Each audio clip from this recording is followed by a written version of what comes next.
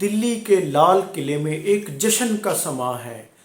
ہزاروں افراد جس میں تاجر، روسا، امراء، دلی کے نواب سارے جمع ہیں، مبارکبادیں اور خوشیوں کے شادیانے بجائے جا رہے ہیں۔ فوجی تلواروں کے ساتھ رقص کر رہے ہیں، رقاصائیں رقص کر رہی ہیں، رنگ بکھیرے جا رہے ہیں، خوشیاں منائی جا رہی ہیں، دعوتیں ہو رہی ہیں۔ شہنشاہ ہندوستان بہادر شاہ ظفر، جن کا یعنی کہ اقتدار میں پہلا دن ہے، وہ دربار میں آتے ہیں تو ہر طرف خوشی کا سماں ہے۔ اور ناظرین، 7 دنوں تک پورے دلی میں کھانے جو ہے دربار کی طرف سے تمام لوگوں کو، لاکھوں لوگوں کو کھانا کھلایا گیا۔ پورے یعنی کہ ملک میں خوشی کا سماں تھا کہ نیا شہنشاہ ہندوستان آیا ہے۔ اور ناظرین، پھر 7 نومبر 1862 کا دن تھا۔ 7 نومبر 1862 کے دن سری لنکا رنگون ملازمہ دوڑ کر جاتی ہے کیپٹن نیلسن کے یعنی کہ اس کو آرام گاہ کے دروازے کو بجاتی ہے، تو ایک خادمہ یعنی کہ ایک بلکہ خادمہ بجاتی ہے، خادم دوڑ کر آتا ہے، کہتا ہے کیوں تنگ کر رہی ہو؟ وہ برما زبان میں کہتی ہے کیوں تنگ کر رہی ہو؟ تو انہوں نے کہا کہ شہنشاہ جو ہے ان کو سانس نہیں آ رہی، تو لہٰذا کھڑکی کھولی جائے تاکہ ہوا آئے اور وہ سانس لے سکیں۔ تو ناظرین، اس پر ان کا جواب تھا کہ اس وقت کیپٹن نیلسن اپنے کتے کو کنگھی کر رہے ہیں، لہٰذا میں ان کو ڈسٹرب نہیں کر سکتا۔ تو اس پر وہ جو ملازمہ تھی، وہ جو خادمہ تھی، وہ ان کے پوئیں پر گر کر رونے لگی۔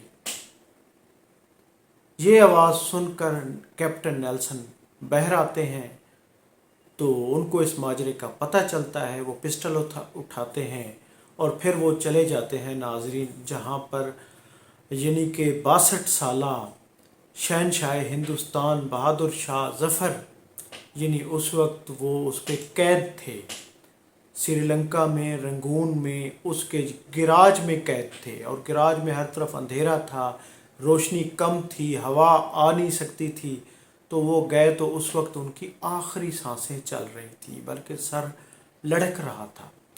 ناظرین، یہ عبرت ناک واقعہ شہنشاہ ہندوستان بہادر شاہ ظفر کا ہے، جو یہ اشعار بھی انہوں نے وہیں پہ لکھے تھے کہ کتنا بد نصیب ہے ظفر جن کو 2 گز زمین بھی اس پہ کوئی یار پہ نہ ملی۔ ناظرین، اس طرح کے اشعار انہوں نے کہے ہیں۔ تو ناظرین، جو واقعہ میں آپ کو پہلے بتا چکا ہوں کہ ان کو جب یعنی کہ رنگون میں وہ کیا گیا، جلا وطن کیا گیا سری لنکا میں، تو ناظرین یہ دن تھا 17 اکتوبر 1858۔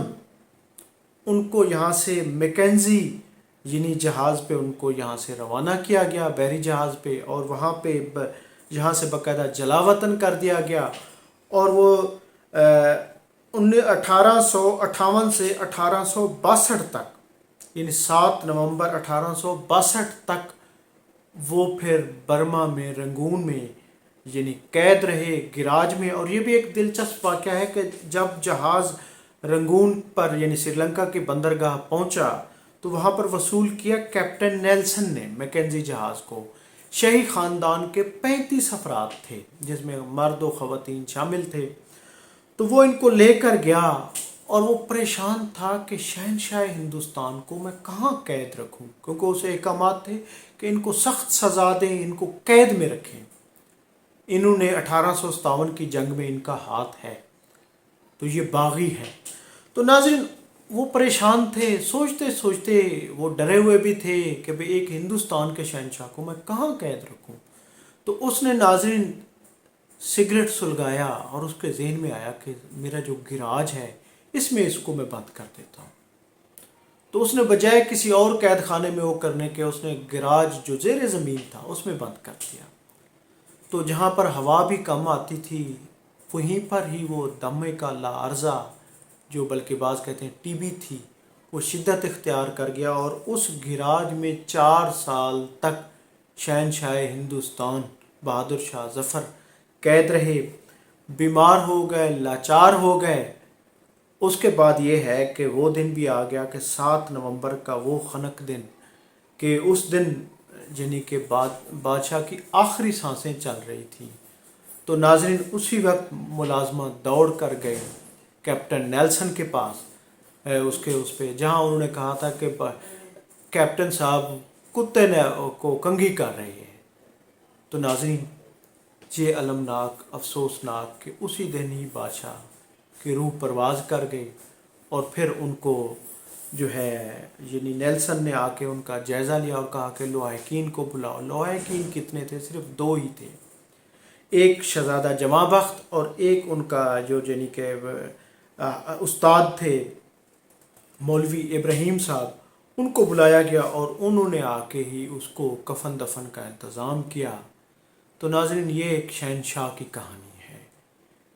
ناظرین ایک وہ دن کہ 30 ستمبر 1837 کو جب جشن چل رہا ہے، اور ایک وہ دن کہ ان کو سانس کے لیے بھی بھیک مانگی جا رہی ہے۔